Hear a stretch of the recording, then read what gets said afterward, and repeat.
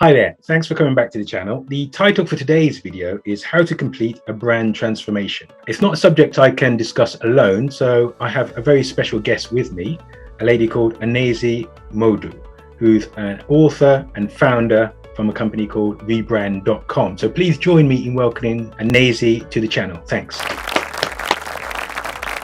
Just for the viewers, I have a process and a number of questions that I normally send in advance so that my guests are forewarned and forearmed. I don't like to catch people out. It's not that kind of interview. So we're going to start running through a number of those questions, and then during the course of that, we'll find out more about Anaezi's business, areas of expertise, and so on. So the first question is a very gentle one. What is your story? Well, my family and I emigrated to the US many, many years ago from West Africa. And so I feel like I'm someone living many cultures all in one. But after being here so many years, I ended up going to architecture school from a professional perspective. So I studied architecture and design and then migrated that into brand strategy. Whereabouts in West Africa? Is it, my guess would be Nigeria. Is that correct? It is Nigeria. But I've been here since I was 9, actually turned 9 on the way, left my country when I was 8. So I've pretty much Americanized. However, as you know from your own experience, that you're never really exactly one thing or the other. Exactly. You almost fit everywhere and nowhere at the same time. So, absolutely right. But it's always nice, I think, when we meet each other within the diaspora to just acknowledge, the connections there, because it's fundamental to who we are and the way we approach things. Sometimes at a subconscious level, we're not aware of it. When did you start out in business? I know I did a little bit of research. I always will do that, and I saw that you went to some very prestigious schools, Harvard and Princeton. And then after that, you started in business. What was did you always think you would start in business, or was that something that came to you during your studies? Well, I think maybe you'll understand that from the African background, one always typically has an entrepreneurial mind. So I've always thought of myself as an entrepreneur, and really was inspired by so many small businesses, marketplace women in the villages that really raised their kids, educated them with very little, right? Often small-time traders that people here wouldn't call entrepreneurs. They wouldn't assign that word to them, but I certainly would, in that they really knew what they were doing. From my perspective, the word entrepreneur has lots of sort of connotations to it. Was it a word that when you started rebrand.com, you were thinking that you were an entrepreneur, or did you just think in simpler terms, you're a business owner? What was your approach there? I thought of myself as a business owner. I wouldn't have thought of myself as an entrepreneur necessarily, but I guess we are really when we started a business. That wasn't my first business. I've done others along the way, right, including consulting firms, using both architecture as I migrated into brand, communication design, strategy, all of that.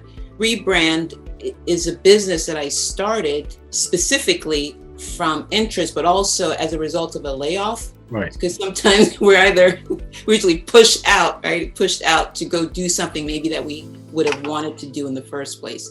And that was a great opportunity to make that happen. Please tell me a bit more about sort of rebrand.com and any preceding companies if you want to, in answer to this next question, which is, which 3 adjectives would a client use to describe you? I actually asked a couple in preparation for today. And so let me read one. Great strategic thinker, a master of the hidden psychology that underpins branding. And the third was a good listener who can translate clients' vague ideas into concrete brand success. That was just, unprompted. And I really appreciate that, because I do think of myself that way, in that many of us, I think entrepreneurs, I feel from my background in particular, I would call myself an integrated thinker.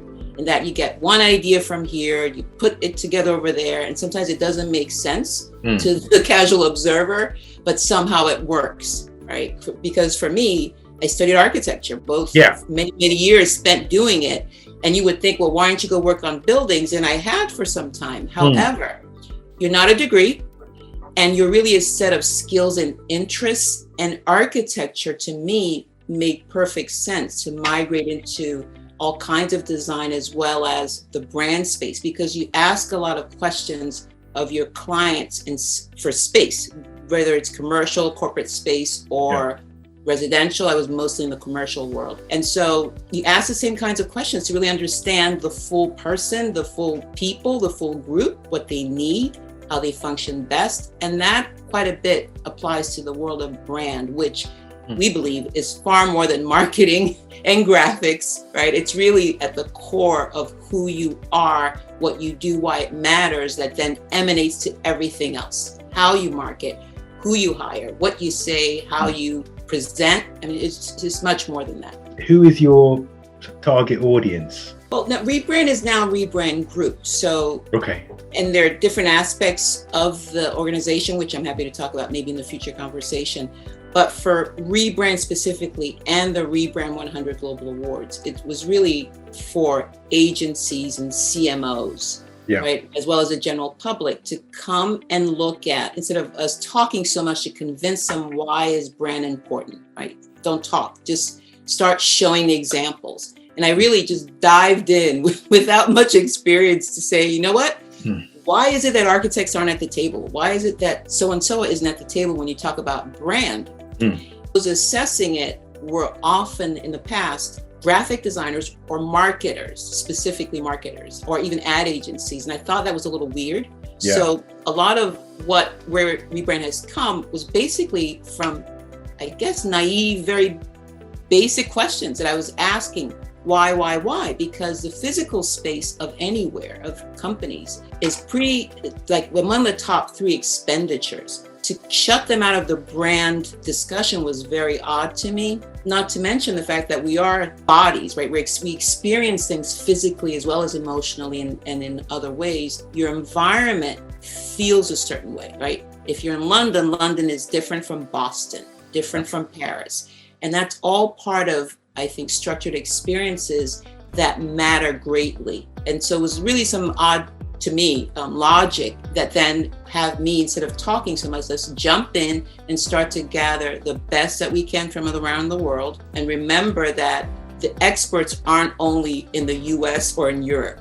So to make it truly global, and we have a jury panel that rotates, and it's always comprised of 5 men, 5 women from different countries, all represented, and different disciplines. Because branding is not just the purview of so-called brand experts and marketers. Everybody experiences brands, so it's also important to make sure that we hear from those outside of the typical box to assess what is a strong brand or not a strong brand. So instead of talking, start showing it. And the more you show, before, after, the case behind it, result. You can either learn, you can laugh at some of them if you want to, but you can at least understand what's happened and the storyline that goes through the successful ones and those that aren't successful. Learn from those that have multi-million dollars, who aren't any smarter or better than you at this, but learn from them and then see how that applies to your business, your organization, your advocacy, your personality. During any phase or any period of your life, what has been the best piece of advice you've been given? My younger brother, whom we unfortunately lost just this May. I'm very sorry to hear that. Thank you very much. He used to say, leaders don't look to see who's following. He meant whatever it is you want to do, you mean to do. There's value in doing, you will find an audience. And so don't worry about on social media if you have 1,000 likes or 0 likes. All right. If you have something that you're passionate about, that you really believe can bring value to a certain people, even if you haven't found them yet, stay with it, keep going, persevere, don't shake at it, and eventually you will find your way. What would you do differently if you're given another opportunity? I know that sometimes it's not something operationally, it's more one's own personality. I'm a natural introvert.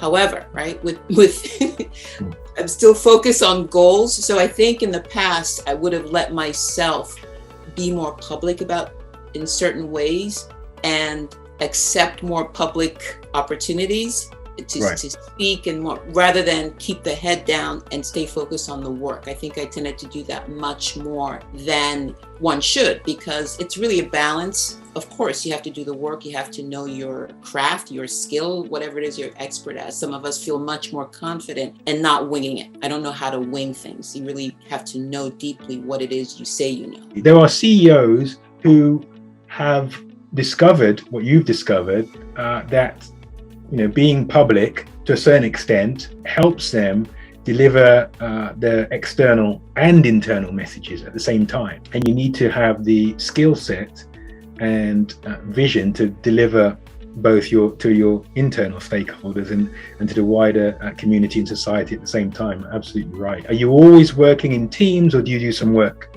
alone, and then how does that work? We keep it small. I mean, by desire and by design, but I do have a consortium of people that I can go to for different things. So it's really pretty much like 1.5 people, meaning myself primarily, and then depending on what's happening for the awards, for example, the global awards, I have one other person. But beyond that, it's everybody stays independent as their own contractor, their own employer. And then I pull in the resources as needed, depending on what it is I'm doing at the time. I'll be really interested to hear your thoughts on this. How do you think brand transformation will change in the next 3 years? I think a lot of smaller entities, as we talked about earlier, will realize that it's really just a tool to make greater progress or impact. Because for everybody, making $1 billion isn't necessarily the goal. We understand that. But if you want to make the greatest impact, save yourself time and money in having to repeat, for example, what it is you offer. You learn how to communicate well, be able to share whatever it is you do so that those that you want to know about it and care understand it. But what I've seen specifically in Rebrand and the Rebrand 100 Global Awards itself is that when we first started, we have a category called Top 5. We would always have the best 5 winners, would often be from the US or Europe. This round, if anybody went to our site and looked at the top 5 best within that 100 range, because we have a lot of entries and we reduce it to 100. But the top 5, there can only be top 5. This round, 1's from Japan, 2 from China, 1 from the US, 1 from Australia. And that's fascinating to me, because it just shows you that the rest of the world that us in the West thought were behind the times are not. The West and Europe, we're here. Everybody else is moving, and many don't realize that. So I actually think that the next phase is going to be awesome competition. People are smart, right? And they may not have opportunities, but once they get to know, they can move sometimes at lightning speed because they don't have the legacy weight of our history in the way. Many are coming after you. They're not just standing still. And so it is fascinating that it's now reversed.